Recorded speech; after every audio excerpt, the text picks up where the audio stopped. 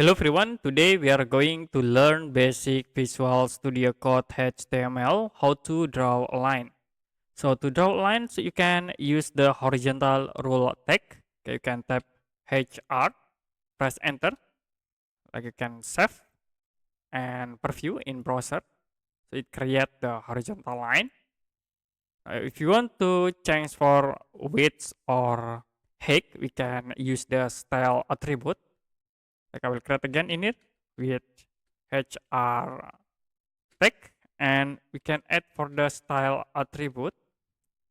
I can set width, like I will set into 30%, and we can save again to preview the change. So this is 30%, or you can change for height. We can set like into 5 pixel